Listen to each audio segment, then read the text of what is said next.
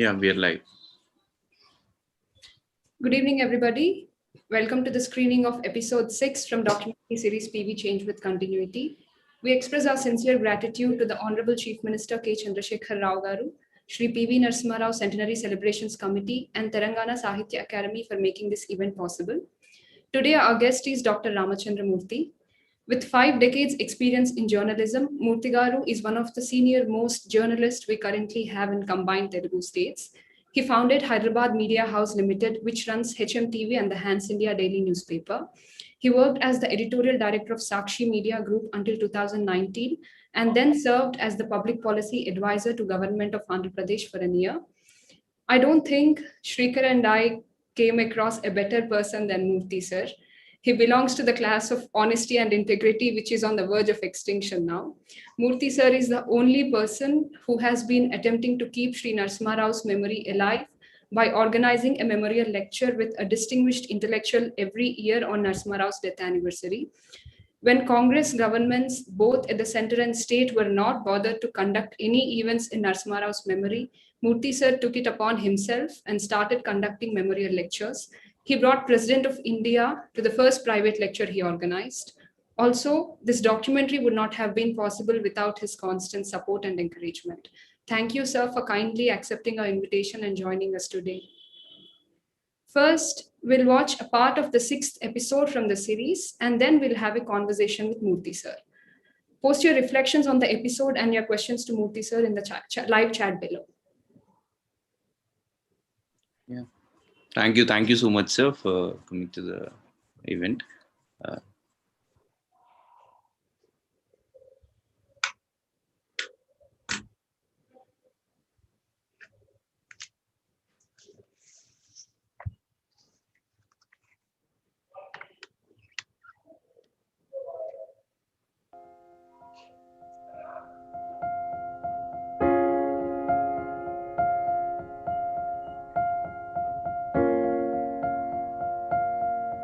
His approach to India was completely Hindu-Indian, but he was extraordinarily secular. I mean, he didn't keep away from Muslims. I mean, he didn't share their same food, but he was, it was open house for Muslim. Because he came from Hyderabad, and the whole culture had affected him. And he spoke perfect Urdu. सियासत को सियासत की जगह, मज़हब को मज़हब की जगह, इंसानियत को इंसानियत की जगह और अपने समाज को समाज की जगह रखकर अपनी ज़िंदगी बसर करना आज मुहाल हो रहा है।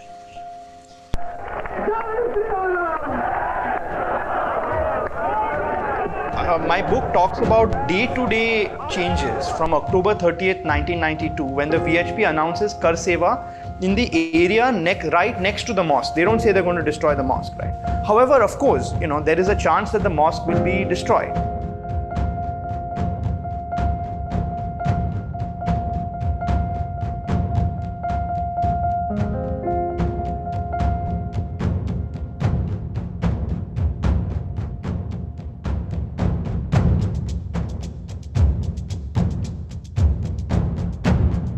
Only legal option he had was to dismiss the state government under Article 356 of the Indian Constitution, what we call President's Rule, take over the state so that the police report to the central government and thereby protect the mosque. That was literally the only option he had, right? His own legal advisors repeatedly told him that, look, President's Rule is justified only when law and order in a state has broken down, right? Not when you think it's imminent, right? And again, there is some logic to that. Imagine if today the Prime Minister of the day says, look, a month from now there will be a law and order breakdown in some opposition state in India, and for that reason we will dismiss the opposition government in that state, right? It would be completely against federalism, right? So the Narasimha Rao didn't even, the option of invoking Article 356 was a difficult one. The Chief Minister of Uttar Pradesh was Kalyan Singh. He promised the Prime Minister that we will not allow any untoward things to happen. He promised the Supreme Court that nothing untoward will happen. Supreme Court, actually Prime Minister has asked the Supreme Court to allow him to intervene. Supreme Court said don't intervene. Even the Supreme Court, right? The Supreme Court chose to believe Kalyan Singh. The intelligence bureau reports, which I read at the time, again was wishy-washy. And the governor of the state, a man who had not been appointed by Narasimha Rao but by his predecessor, actually says, look, there's no threat to the mosque, don't impose president's rule. Right? The opposition leaders, VP Singh, Jyoti Basu, all of them said, look, the matter is very dangerous, but they stopped short of saying dismiss Kalyan Singh. What instead they said was, we trust Narasimha Rao to do whatever possible, right? The problem was that nobody wanted to take a clear stance that Kalyan Singh was not a reliable person. It was not clear that his own Congress partymen, that the Janta opposition, right, the VP Singh opposition, the communists, right, would support him if the BJP cried, murder of federalism and imposed and asked for a no confidence motion. If you were in Narasimha Rao's place at that time with these very difficult options, right, with the state government sworn to destroy the mosque, constitutionally tasked with protecting it, what are the kind of options you have, right? And who else will support you? He used to ask Swami to go around and meet all sadhus. He visited a number of mutts and met Shankaracharyas and others to mobilize their opinion. Even P.R.K. Prasad was sent to meet Shankaracharyas. He thought, he knew Sanskrit, he knew, Hindu religious texts much better than most people in Hindutva groups. He thought he could do a deal with them. He'd have back-channel chats with a variety of Hindu leaders, doing deals with them. He met Advani many times, he met Ashok Singhal many times. Now, some commentators have taken this to mean that, look, Narasimha Rao was complicit, right? The answer is the exact opposite. He was meeting them not to conspire with them, but to conspire with them to actually protect the mosque. In that circumstance, what Narasimha Rao did was try to involve everyone in that decision, right? So that later on, nobody told him that, look, we all told you to dismiss Kalyan Singh and you didn't do it. And I think Vinay Sitapati makes a point very well that not in one cabinet meeting did one colleague of Narasimha Rao disagree with him on whatever he was trying to do in dealing with the Ayodhya. He had this dilemma. He was a Hindu, and at the same time he is heading a secular party, which is very pro-Muslim. So he had to balance that. So he relied on the assurance given by Vajpayee and Advani that we will never break the masjid forcibly. So allow us to do this car seva. So in the car seva, so many sadhus and all came. I went to him, I told him that my friends in BJP, that time I was President of Janata Party, my friends in BJP tell me that they intend to break it. So you do something.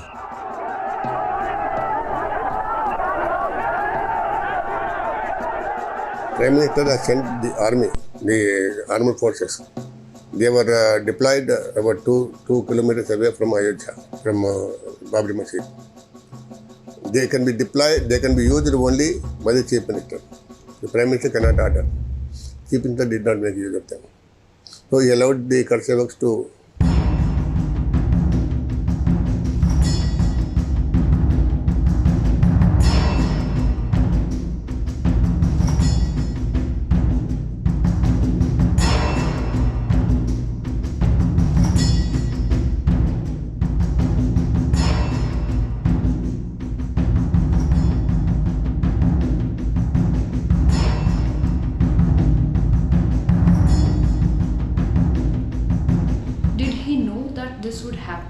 and still kept quiet? No. He was sure that Vajpayee and Advani will stop it.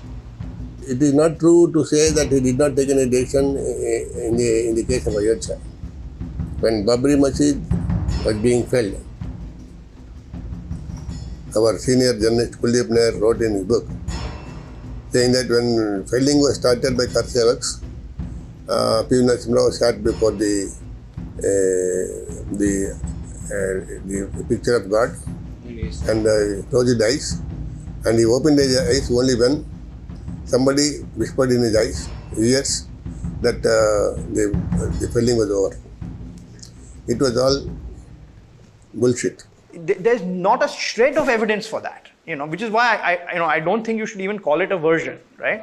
I actually checked, it's based on one journalist's book.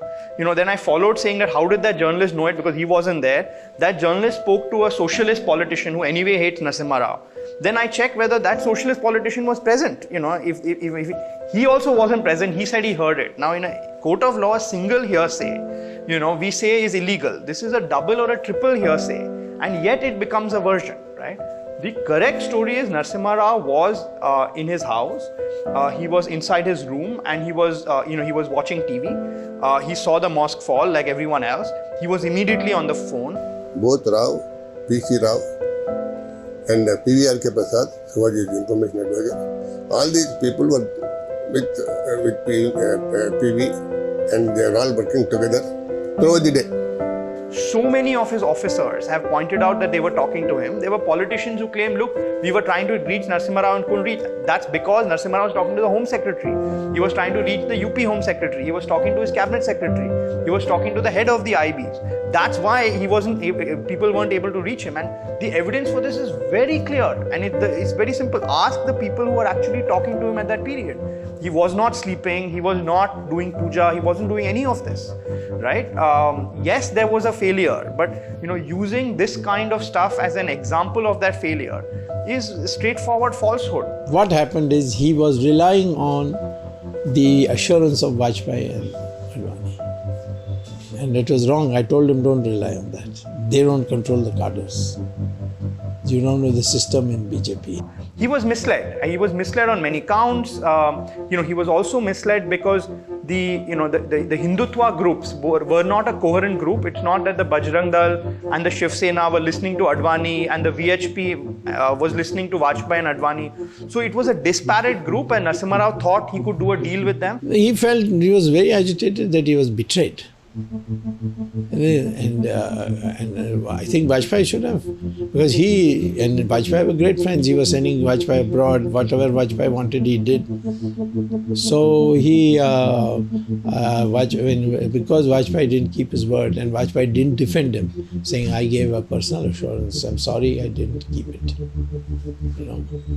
He felt very bad on that. Which is why he was so angry with Advani after the mosque fell. And as my book points out that Narasimha Rao's decision to falsely charge Advani in the Hawala case in early '96 was an act of revenge. Now, if people blame Narasimha Rao, the first question I ask is, what were you doing between October 30th and December 6, 1992? None of his own cabinet members unequivocally said, please remove Kalyan Singh, there is a threat to the mosque. Not one. Not even Arjun Singh. Arjun Singh has written a whole book accusing Narasimha Rao of betraying the Congress party on this whole Babri Masjid. Did he say it in the cabinet meeting? Did he resign from the cabinet? No. I looked at the cabinet meetings at that time. They didn't see anything. Manmohan Singh himself said nothing. They were all complicit. Every single one of them. Even this Ahmed Patel and those Ghulam Nabi Azad, they were all there. They were all with Narasimha Rao. None of them objected to what he was doing till 6 December 1992. This Prime Minister is too costly for us. He cannot afford a communal holocaust. I would never have trusted any word they gave, whether in the court or anywhere. These 200 deaths have been due to the wrong policies of the government. Once that incident happened, everybody became a saint. Oh, my God, what a horrible Prime Minister, terrible Prime Minister, incompetent Prime Minister, let the country down. Only if I was Prime Minister, I would not have allowed this. So why didn't you say it one day before? Why did wisdom dawn on you one day after?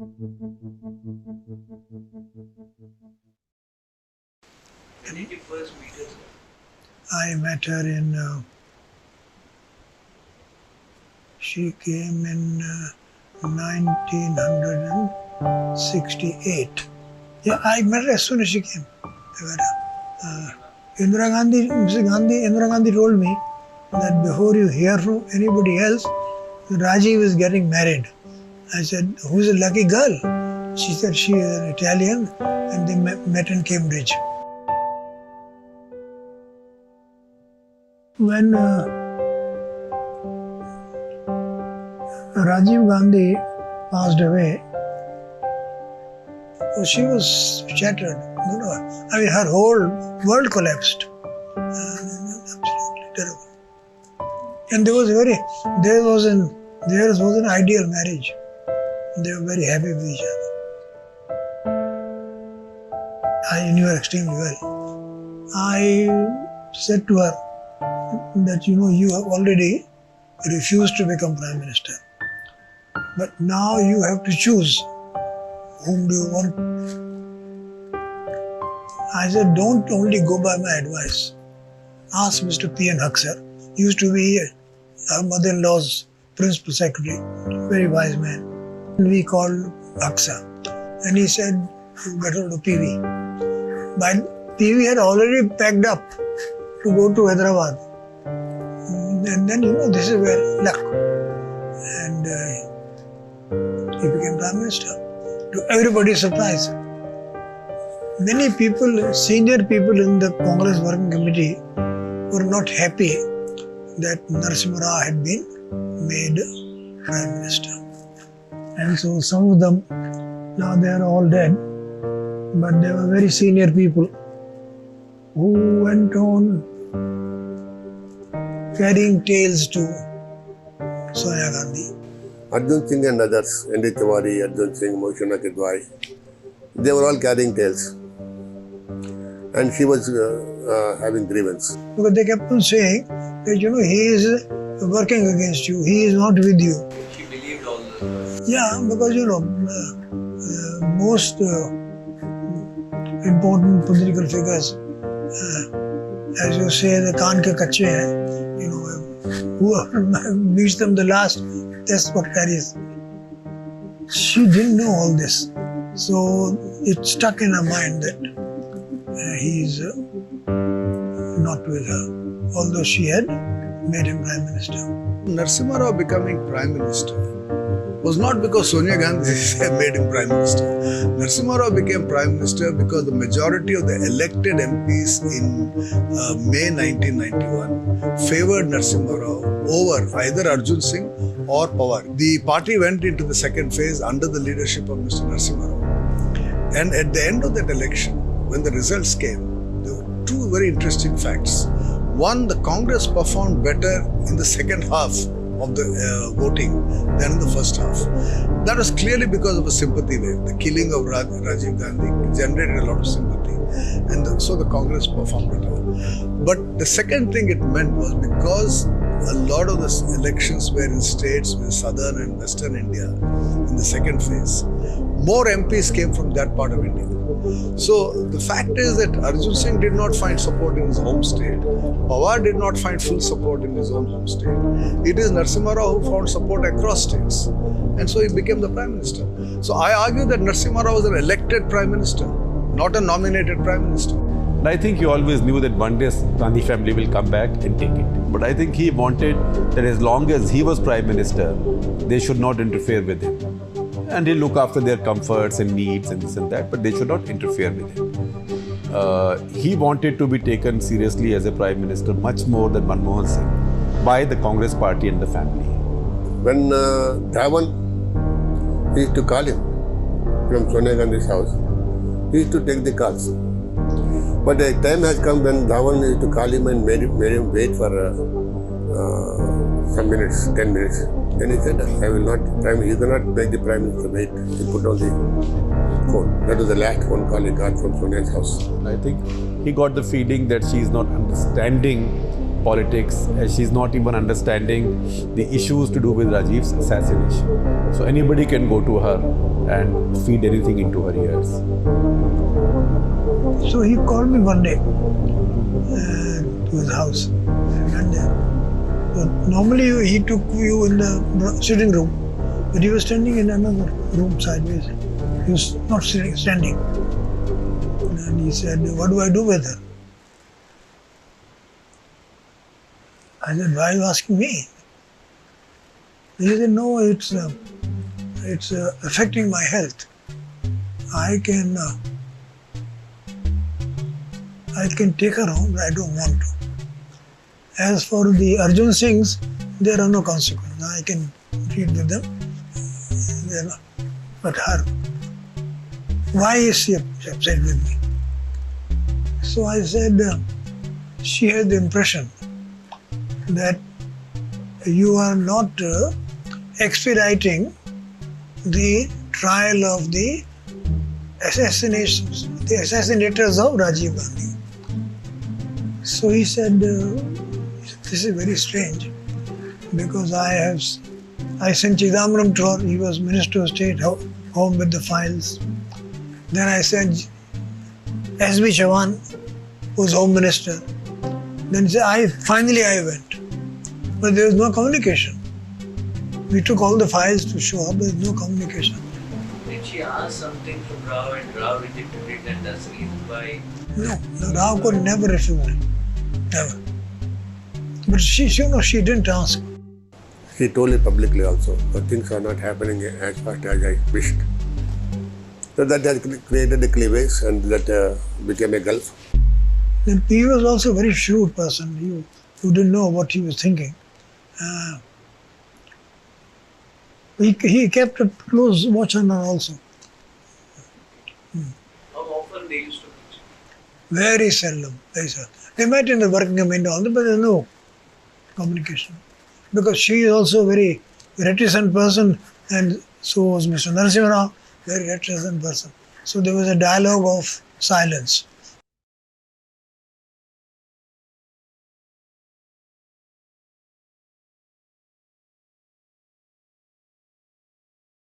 When the Babri Masjid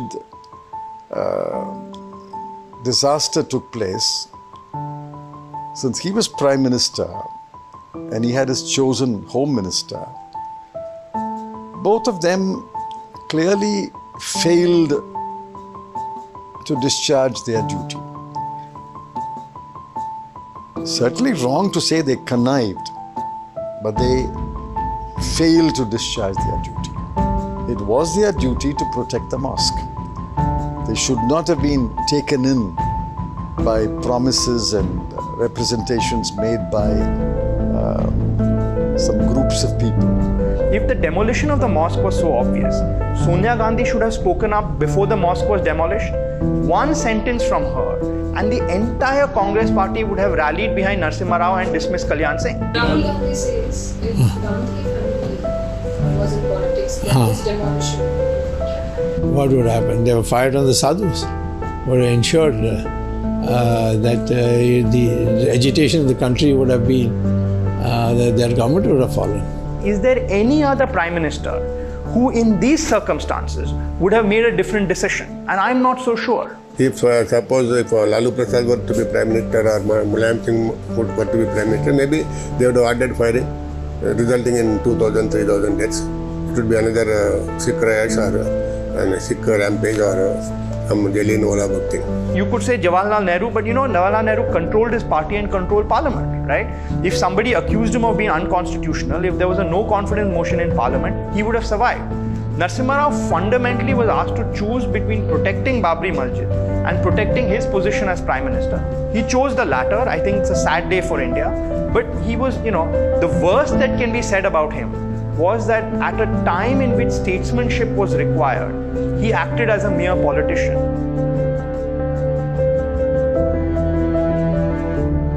The police sworn to protect Babri Masjid come under the purview of the state chief minister, who at that time was a BJP chief minister, Kalyan Singh, not Narasimha Rao.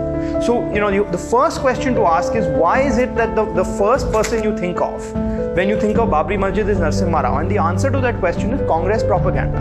That post 1998, when Sonia Gandhi comes back to the Congress, she wants it to be known that Narasimha Rao has done it. It was also a kind of punishment for him, because they thought that if they can hold him responsible for Babri Masjid, then maybe they can get the Muslim vote back.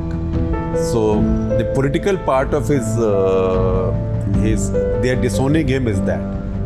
That was, and I'm afraid will remain, a major blot on his career, although it cannot overshadow the fact that he was the one who put India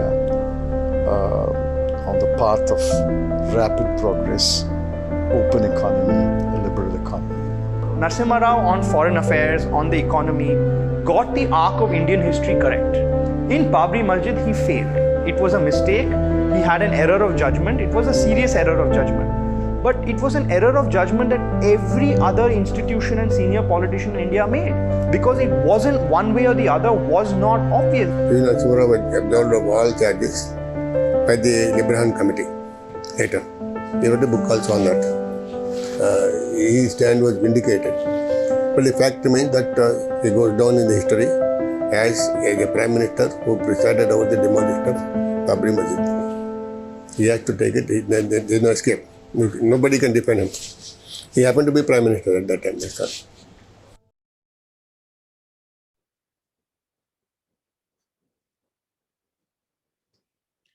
Sir, how is this episode? What are your comments?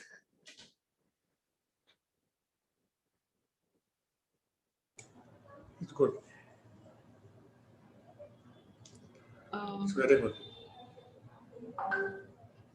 Sir, after Narasimha Rao lost power, you met him frequently. I met him many times. Yes, sir. So, did he have any regrets regarding how he dealt with the issue of Babri Masjid? No, he almost said that if that kind of situation arises again, I would have acted the same way. Because he wrote in his book also, Ayodhya, 6 December 1992, that's the title of the book. It was translated in Telugu and other languages also. But he said what he did was similar to what VP Singh did. When VP Singh was the Prime Minister, he deployed paramilitary forces in Faziabad, near Ayodhya, and Menam Singh made use of them. He prevented the destruction of Babri Masjid at that time. The same thing was done by Narasimha Rao. He deployed the forces. It was up to Kalyan Singh to make use of it. He cannot force Kalyan Singh to do it. No central government can force the state government to take action because Chief Minister is at the spot. He is responsible for his state. He has to take action. The central government cannot force him. The only thing is to dismiss the government. That Kalyan Singh would go back on his word, and Advani also would go back on what was not known to him. He did not anticipate it. He believed that Advani would be able to control the mobs, whether it would be BHP or Bajrangal. Those mobs can be controlled by Advani, he thought. And Advani gave an assurance. That was why, as Natwar Singh said, that was why he was very angry with Advani. And he put him at the first opportunity in the case. But actually, he was very upset with Advani. And I had another experience also with Kuldeep Nair, who wrote that the moment Babri Masjid demolition was started, somebody, he sat for puja, Narasimha Rao sat for puja before the demolition was started. And the demolition was over, somebody whispered in his ear that the work is done, then he opened his eyes. Then I met Kuldeep Nair. He's a good friend of mine. I know him very well. He's a friend of Ramachandra Rao also, very close friend, who is anti-Congress. I asked Kuldeep Nair, how did you come to know? Did P.C. Rao told you? No, P.C. Rao was the law minister, who was with Narasimha Rao throughout the day. P.V.R.K. Prasad was the second advisor, information advisor. He was there with P.V. throughout the day. He said, Madhu Limaya told me. Madhu Limaya is gone by then. He is not there to cross-check. So we have to rely on Kuldeep Nair only. I told Kuldeep Nair that P.V. Narasimha Rao does not sit for puja. He never believed in idol worship. And I know for sure that he was very busy that day. I told him. But he said, what can I do? I was told by Madhu Limaya, that's why I wrote. Like that, even the Arjun Singh also from Madhya Pradesh, he also wrote a full book blaming. When Chidambaram also had a different take then, maybe afterwards he would have changed his version. Even Natwar Singh also was not this forthcoming earlier. Now he has learned more information, more information perhaps. But all said and done, it was a failure of the Prime Minister, of the central government. Had to take the blame. He had taken the blame. But he also explained in his book, Ayodhya, right from the history of Babri Masjid, right from it was built by Babar till it was demolished, he wrote everything. He comes into the picture only in the 7th chapter. So about 60 pages he is there. And he explains whatever happened. What was the promise made by Advani? What was the promise made by Kalyan Singh to him and the court also? What did Supreme Court say when he wanted to intervene? And what did the Supreme Court appoint? Supreme Court has sent an emissary to Ayodhya, Faizabad. What did he do? Everything is written there. If you read the book, he wrote it without much of involvement. He wrote it as a third party narrative. He had a journalist he wrote, not as a prime minister, the person who is blamed already. He did not say a single word, he did not utter a single word against Sonia Gandhi in that book, in spite of what all was done to him. It was very objective narrative. If one reads that book, it will become very clear that he was responsible, but he was not irresponsible. He did whatever is needed to be done. But things went out of his hand because people have gone back on their road. They have gone back on their road. Sir, when Congress party started disowning him, how did he feel about it? Did he talk to you about it? Yeah, he felt very bad. Actually, he told me when Indira Gandhi was arrested and Charan Singh was Home Minister, I was there with her, and people like me were there with her to mobilize media people, to telephone to them, ask them to come to that place and interview her, see the scene for themselves. But when I had to go to court, there was nobody with me. I was all alone. I was alone in the party. When I was Prime Minister also, I was not supported by many. But afterwards, even those who supported me, the Prime Minister, resigned me later, after demitting office. So he had to fight the legal battles all by himself. Also, after he stepped down, he was hounded with cases. How did he deal with them? Was he disheartened? No. He's a man who takes things in his stride. He did not expect that he would become a prime minister. He was all ready to leave Delhi for Hyderabad. He wanted to settle down either as a chairman of an institute here, or go to a mutt and be its head. That was his plan.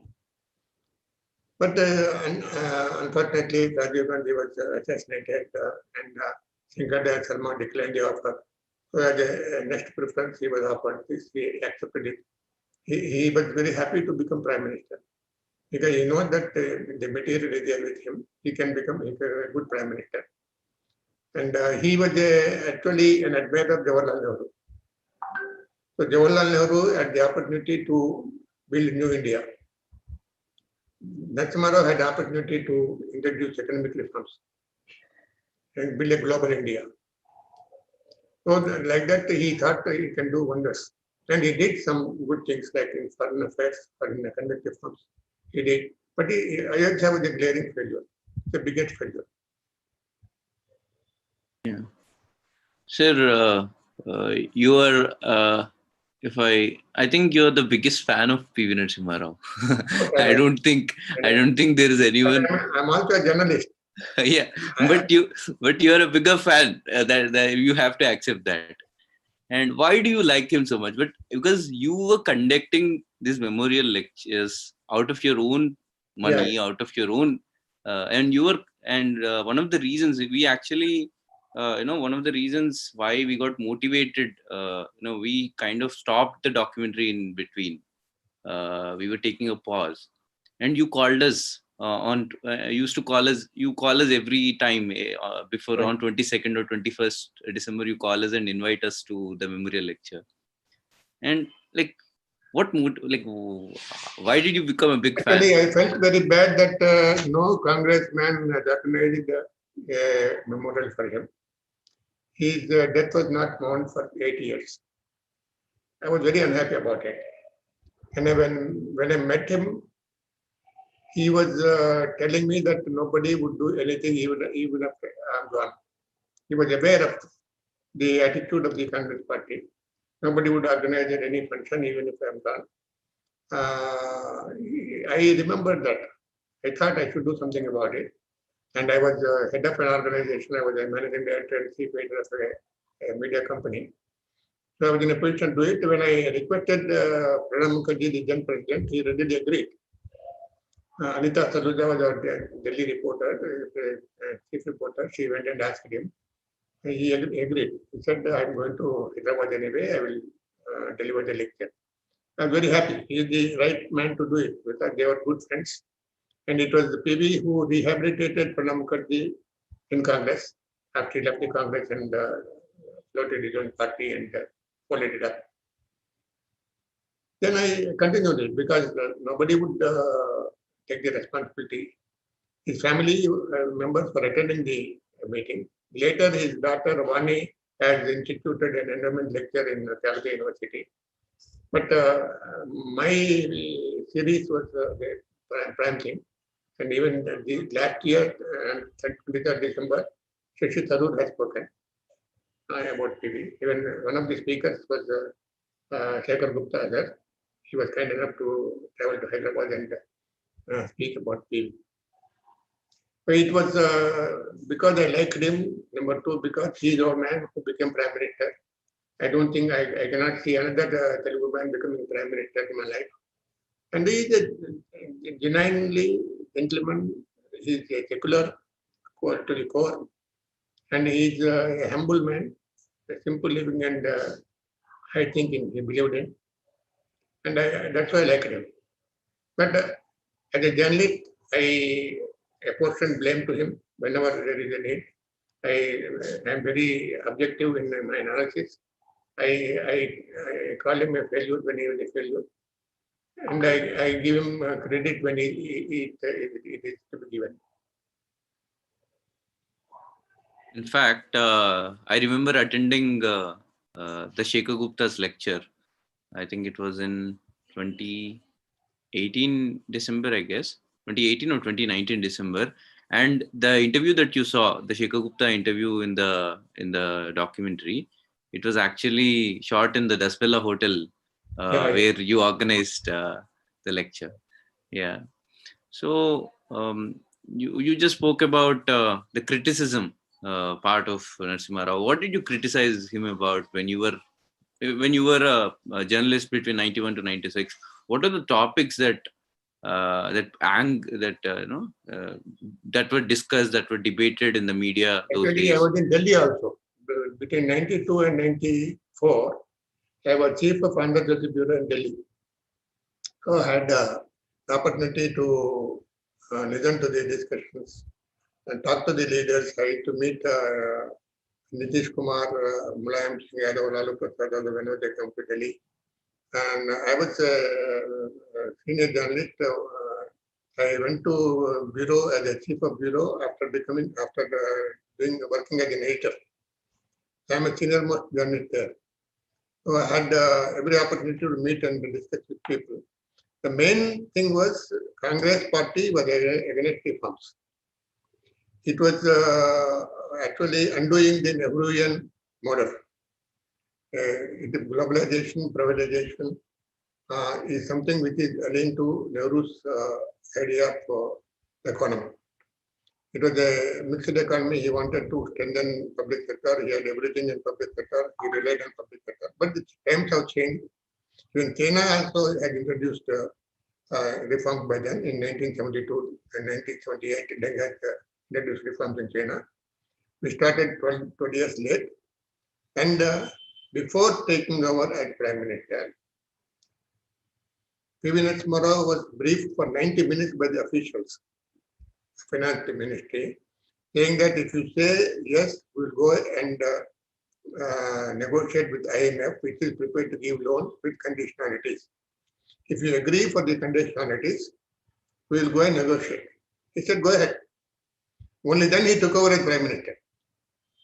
He took over as Prime Minister. Then he met Congress leaders. Arjun Singh was a socialist. He was supporting CPI outright. And he was the main critic. Arjun Singh was the main critic of economic reforms. So there are many people. That's why he had to. I don't think Arjun Singh criticized him because he was ideologically different. Yeah.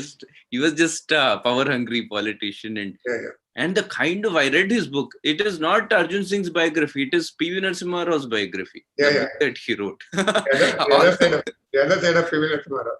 Yeah, almost in every chapter, half of the book is dedicated to the tenure of P.V. Narasimha Rao and how he destroyed Congress, or how he destroyed Babri Masjid, the relationship with Sonia Gandhi, and so on and so forth. So, and did you have a meeting with Arjun Singh ever? Like, I met Arjun Singh. Okay. When he was minister, in after the meeting office also, whenever I went to, when I went to Delhi, I met him twice. But after once I became Prime Minister. I cannot understand how these two people, I mean, how a man like him can exist in a cabinet where he kept criticizing the Prime Minister. He kept openly, doing his propaganda. Like, how did that exist? He is not alone. He has got the support of Sonia Gandhi. Sonia Gandhi was supporting him outright. That's why he was allowed to continue in cabinet. Otherwise, he would have been dropped like hot potato. P.V. Narasimha Rao was very practical. He knows his limitations. He cannot go against the wishes of Sonia Gandhi. Actually, the same Chidambaram who spoke to our channel, spoke to you, was made in charge of Sonia Gandhi. P.V. Narasimha Rao told Chidambaram to attend to any work that she has. I told Sonia Gandhi that you would look after her needs. Whatever she says, you do it. Blank check was given. And Chidambaram knows it. Also, the party that they started, all these people, and they contested in almost all constituencies, I guess. Over 300 or 400 constituencies they contested in 96 election. And do you think Sonia Gandhi was actively behind that? And of course. Okay. Of course. Actually, I went to Surat Kund when AICC meeting was happening. On the dais, on either side of P.V. Narasimha Rao, Sharad Pawar and Arjun Singh were sitting. But at the entrance, there is Mushna Kudwai, this Natwar Singh, and Shiv Shankar from Telangana, and Satyanarayana Rao from Karimnagar. They were all sitting and giving slogans against Narasimha Rao at the venue, AICC venue. So they were all with Arjun Singh actually. They are all people belong to Arjun Singh group. And N.D. Tiwari is a hand-picked leader for that party. He did not have any support on his own. He was supported by Arjun Singh. There, Sharad Pawar is different. Sharad Pawar was fair to P.V. Narasimha Rao. Because he has got respect for P.V. Narasimha Rao. He did not rebel. He wanted to become Prime Minister, no doubt. But when P.V. was chosen, he kept quiet, he supported him. And he was asked to go to Bombay. He went to Bombay as Chief Minister. There was no problem with Sharad Pawar. Problem was with Arjun Singh and Sonia Gandhi. Well, we have a question from audience. Yeah. Rishik is asking, as far as the fall of Babri Masjid is concerned, PV is not culpable. But what about 1984 Sikh riots? He was the Home Minister at that time. Was he protecting his own political future in 1984? Yeah, actually I asked him the same question actually. He said he was asked not to take any decision because the Prime Minister is seized of the matter. Actually, Ramachandra Murthy was Home Minister when emergency was declared. But Om Mehta, who was Minister of State for Home, was acting as Home Minister. Brahman Reddy was not even called for meeting when the decision was taken. He was sitting at home. Same way, P.V. Narasimha Rao was a Home Minister de facto, D0, but de facto he was not allowed to be Home Minister.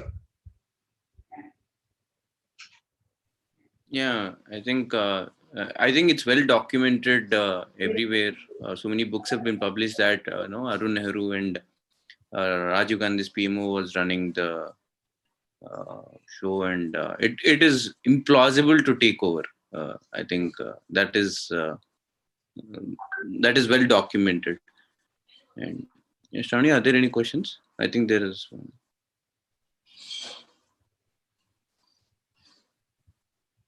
Okay. And let's talk about Narasimha Rao Garu being a Telugu man. Yeah. So Telugu man, actually, I can talk about the humor for which he is famous. In 1975, there was a World Telugu Conference organized by Vengal Rao. Vengal Rao was the Chief Minister. So P. Narasimha was asked to be a chief guest in one of the sessions. He came here. Then there was one Win from London who is a great fan of Telugu language. So he started speaking. At the beginning he said, if I speak in Telugu, I'm afraid it will get killed. Then immediately Narasimha said, don't worry, you don't have that option, we have already killed it. So he is known for his wit and humor. Even when serious issues have been discussed, he never used to leave a fun opportunity to poke fun.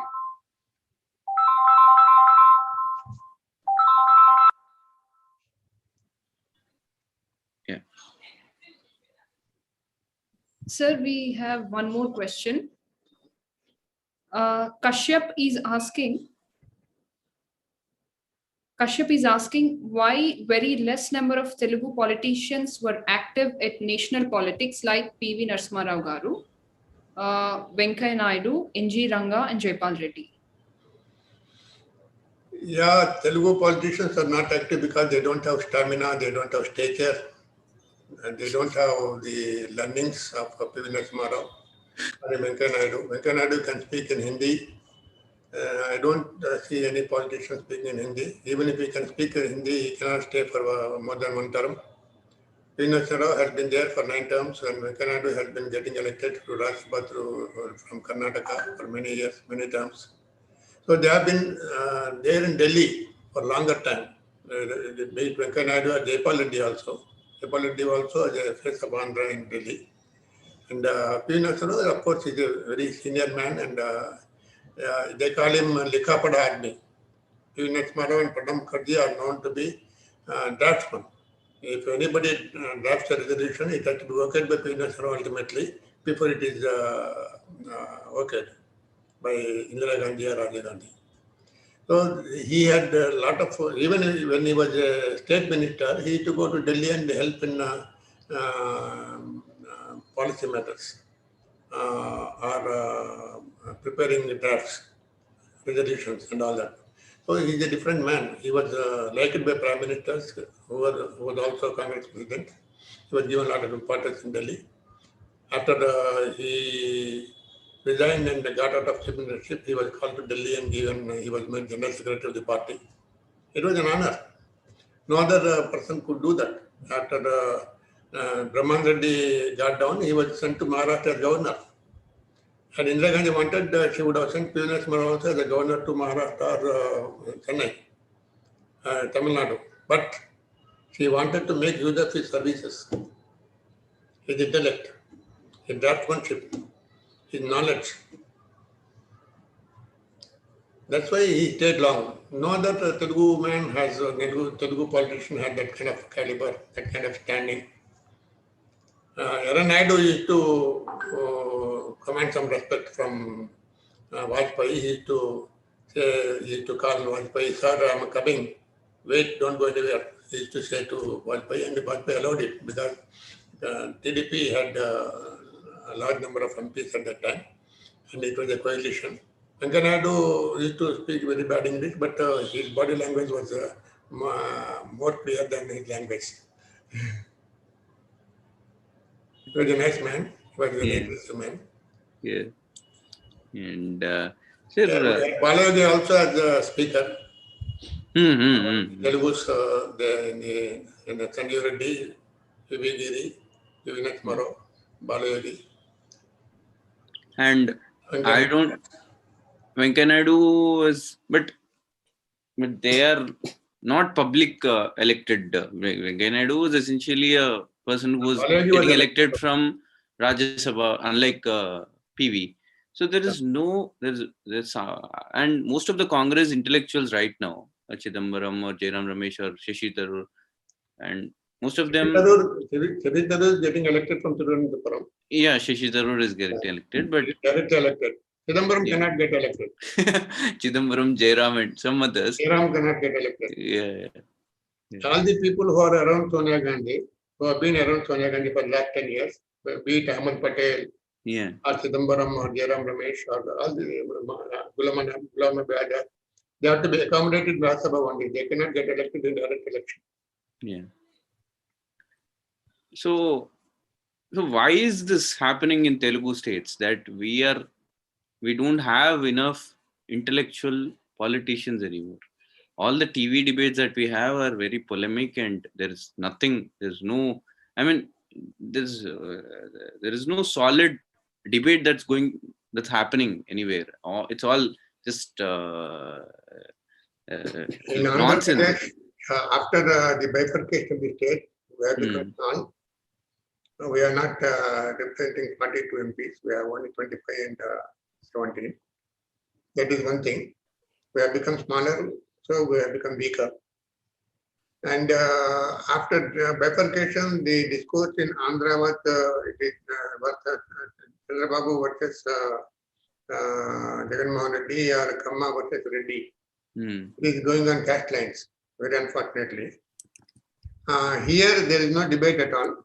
Whatever Chandrasekhar Rao says, it goes. Because even others are not that tall to counter him. And in Andhra, it is Chandrababu Jayari is a tall leader, and he was a chief minister for 14 years.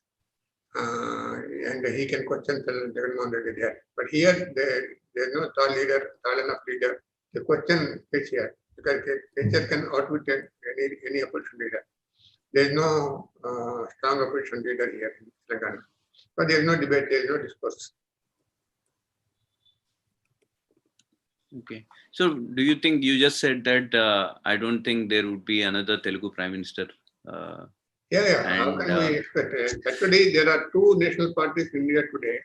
One is Congress and BJP, the other is BJP. Both the parties are not there in Telangana and Andhra.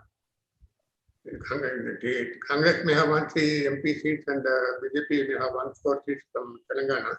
But both of them cannot compete with TRS. And in Telangana, Congress is as good as not there. They have got 2% of votes. All the Congress votes have been taken over by YSP.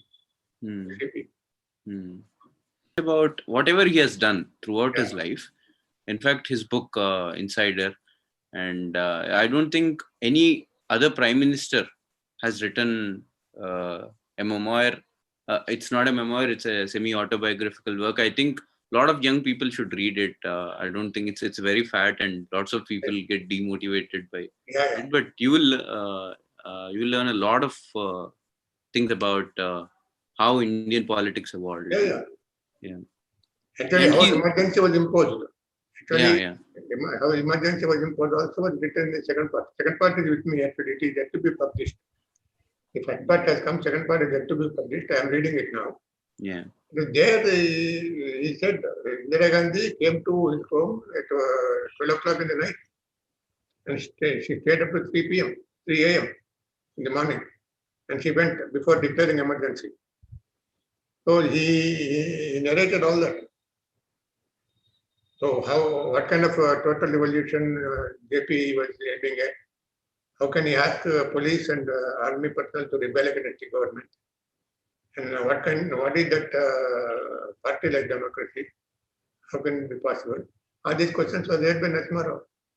Friends, this is total revolution is one of the articles that being published tomorrow on Monday. The Chief Minister KCR is going to release a number of books, 8 books on PV Narasimha Rao. One of them is on essays at PV. One of the essays was about total evolution of JP, exposing it.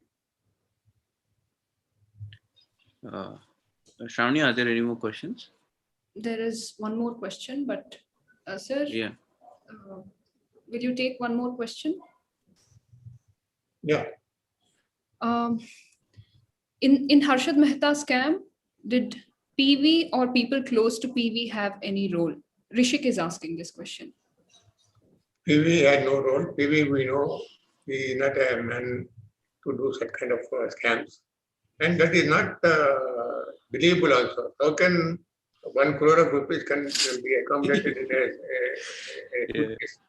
That is something which is not believed by anybody. Yeah. It's a joke, actually.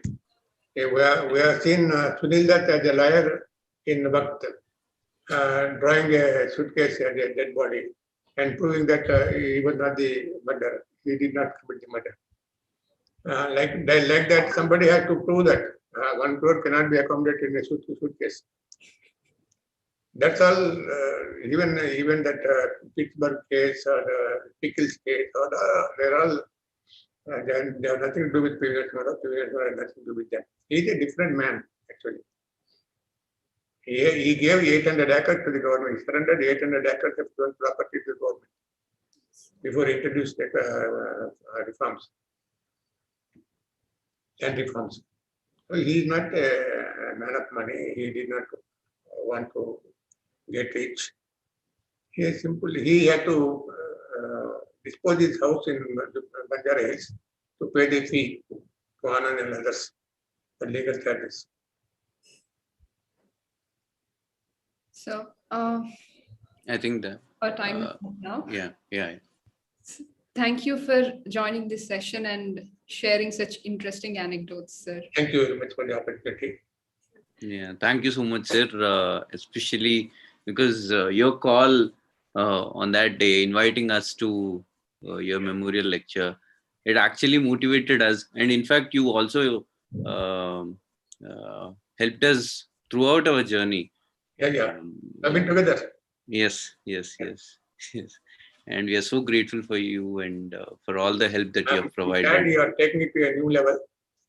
This is taking it to a new level, actually. This we did not expect. Yeah. I'm glad you are doing it. I wish to go many places. Thank you so much, sir. And we hope that you will conduct memorial lectures of PV Narasimha Rao for many more years. I hope I will be able to continue. Actually, Daspala people are giving the hall free. Okay. That's why I'm able to do it. But even though, like the amount of effort you put in, I don't think. Asharma and others are helping me. Some friends are helping me. Yeah, because when we were making the documentary film in 2017, people were asking, why are you making it on a forgotten man? And how is he relevant today? Those are the kinds of comments that many popular people. As years roll by, he'll become more and more relevant. Yeah. History will judge him more kindly than the presidents of Congress Party. Yeah, that is true. Because in 2019, when we were kind of asking people to help us in making aware of the documentary film and about the whole thing, people were asking these questions: how is he relevant? Now everyone wants to make him relevant. Everyone wants to take him in. The Congress Party wants to take him in. And everyone wants to own him. Yeah. Thank you so much, sir. Thank you. Yeah. And tomorrow, Mr. Shekhar Gupta. I will see. I like Shekhar Gupta is a good friend of mine. Yeah. I would like to watch. Yeah, definitely. I will watch for a month probably. Yeah, definitely. And all the episodes are available on Vijayanagara YouTube channel. This conversation is streaming live in the channel, and we'll be uploading all the episodes and all the archives that we have collected over the years on the channel. There are about 100 hours. So, yeah, something like that. And lots of interesting PV Narasimha Rao speeches. I mean, they are not in public space. We actually converted them. They were in VCR tapes that he preserved all those things in his archives, and we brought a VCR and we converted them, we digitized them, and we Even used the them. second part of inside also was taken from computer. Yes. We called them out. Yes. And I would. So you're publishing it, sir? Yeah, we are trying to get a publisher. Yeah, very good. That would be interesting. Yeah. We, So. Prabhakar Rao is headed. Yes. Okay. I think that's it for now, and we'll go live tomorrow with Shekhar Gupta Garu at 8 p.m. Thank you. Thank you.